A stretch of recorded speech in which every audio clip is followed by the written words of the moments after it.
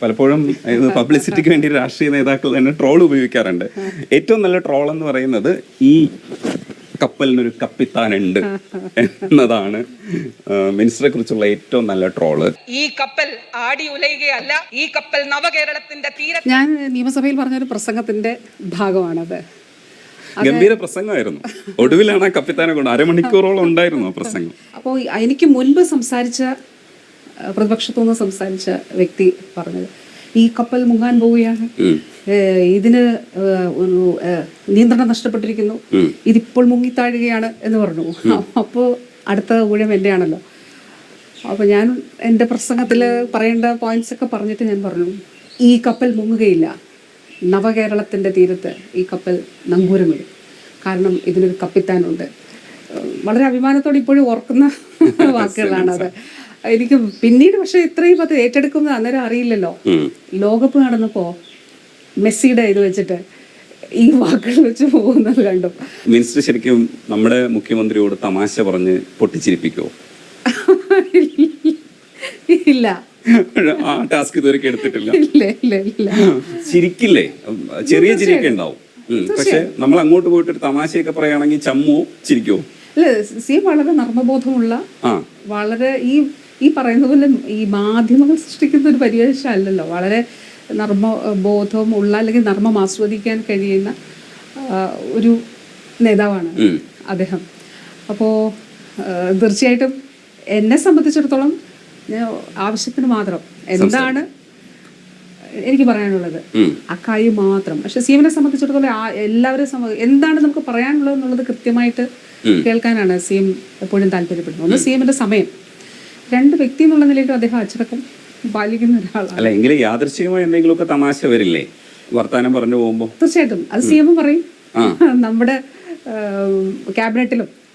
അപ്പൊ അതിനോടൊപ്പം ആ തമാശ ആസ്വദിക്കുന്ന വ്യക്തിയാണ്. തിരിച്ച് തഗ് പറയാൻ പറ്റുമോ? പറയാം, എല്ലാ മന്ത്രിമാരും പറഞ്ഞു. ഞാൻ പറയുമോന്ന് ചോദിച്ചാൽ ഞാൻ പൊതുവെ അങ്ങനെ പറയാറില്ല. അപ്പോ അല്ലാതെ തഗ് വന്നാൽ അത് പിടിച്ചു വെക്കോ? സിഎമ്മിന്റെ മുമ്പിലിരുന്ന് പറയുമ്പോ പണി കിട്ടുമെന്ന് വിചാരിച്ചിട്ട്. സിഎം തമാശ ആസ്വദിക്കുന്ന ആളാണ്, തമാശ പറയുന്ന ആളാണ്. അല്ല, എങ്കിലും ചില കാര്യങ്ങൾക്ക് നമുക്കിങ്ങനെ ഒരു സ്വാതന്ത്ര്യം എടുക്കാൻ തോന്നുമല്ലോ. ആ സമയത്ത് എടുക്കാൻ പറ്റുമോ എന്ന് അറിയാൻ വേണ്ടി ചോദിക്കാം. തീർച്ചയായിട്ടും. എന്നുവെച്ചാൽ ന്യായമായി എല്ലാ കാര്യങ്ങളിലും സിഎം അതിന്റെ ഒരു വിഷയത്തെ എന്താണ് അത് സമീപിക്കുന്ന നിലയിൽ തന്നെ സമീപിക്കുന്ന വ്യക്തിയാണ് സിഎം. സിഎം നല്ല സഹൃദയത്തുള്ള ഒരു വ്യക്തിയാണ്. അതുപോലെ നന്നായി തമാശകൾ ആസ്വദിക്കാൻ കഴിയുന്ന, സിഎം പറയുന്ന തമാശകൾ കൃത്യമായിട്ട് അത് കുറിക്കൊള്ളുന്ന തമാശയായിരിക്കും. അപ്പൊ അതിലുള്ള ഒരാളാണ്.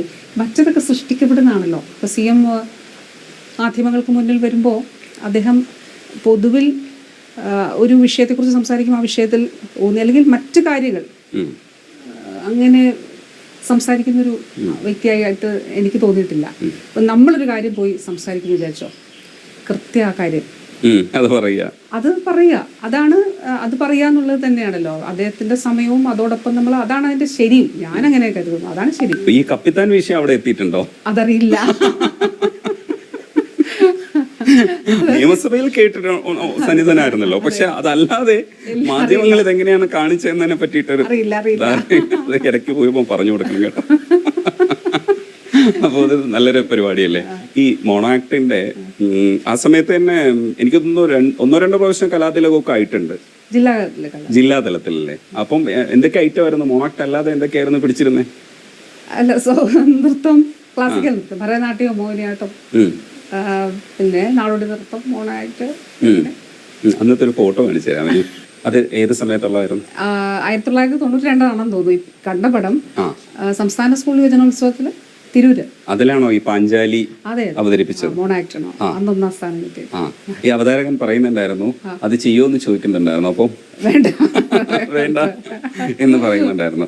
അപ്പൊ ഈ ശരിക്കും പറഞ്ഞു കഴിഞ്ഞാൽ നമ്മളിപ്പോ മിനിസ്റ്റർ ആയിരിക്കുമ്പോൾ ഇത്തരത്തിലുള്ള ചില കാര്യങ്ങളിലൊക്കെ നമ്മൾ മാധ്യമങ്ങൾ എങ്ങനെ എടുക്കും എന്നുള്ളൊരു കോൺഷ്യസ്നെസ് ഉള്ളത് കൊണ്ട് നമ്മൾ പലതും പറയുമ്പോൾ അത്രയും കോൺഷ്യസ് ആയിരിക്കില്ലേ? എന്നാ ഈ ലൈറ്റായിട്ട് കൂളായിട്ടൊക്കെ സംസാരിക്കാൻ പറ്റുക? അതൊരു ശരിയാ. അതായത് നമ്മളിപ്പോ ഒരു മാധ്യമരംഗത്ത് ജോലി ചെയ്യുമ്പോൾ ഉം. നമ്മളിപ്പോൾ ഇങ്ങനെ കാറിൽ ഫോൺ ചെയ്ത് സംസാരിച്ചുകൊണ്ട് പോകാമെന്ന് വിചാരിച്ചോ, ഉം. നമ്മൾ സംസാരിക്കല്ലോ. പക്ഷേ ഇപ്പോൾ നമ്മളങ്ങനെ യാത്ര ചെയ്യുമ്പോൾ നമ്മൾ കോൺഷ്യസ് ആണ്. ഉം. എനിക്ക് മാധ്യമങ്ങളല്ല, നമ്മൾ പൊതുസമൂഹത്തിൽ. അപ്പോൾ നമ്മളുടെ ഒരു ആളുകളാവും പുറത്തുണ്ടാവുക. ഉം. അപ്പോൾ അവരെ നമുക്ക് കാണാതെ പോകാൻ പറ്റില്ല. ഉം. അപ്പോൾ ആ തരത്തിലുള്ളൊരു കോൺഷ്യസ്നെസ് ഉണ്ട്. മാധ്യമങ്ങളെ സംബന്ധിച്ചിടത്തോളം സത്യം പറഞ്ഞാൽ എനിക്ക് അങ്ങനെ ഞാൻ ശ്രദ്ധിക്കുന്നില്ല. നമ്മളൊരു കാര്യം ചെയ്താൽ നമ്മുടെ മനസാക്ഷിക്ക് ശരിയാണ് എന്ന് തോന്നുന്നുണ്ടെങ്കിൽ, നമ്മൾ 100% അതിൽ എഫേർട്ട് എടുത്തിട്ടുണ്ടെങ്കിൽ, നമ്മൾ അത് ശരിയായി തന്നെ ചെയ്തിട്ടുണ്ടെങ്കിൽ, ഞാൻ വിചാരിക്കുന്നു അത് എനിക്ക് മനസ്സമാധാനം നൽകുന്നതാണ്.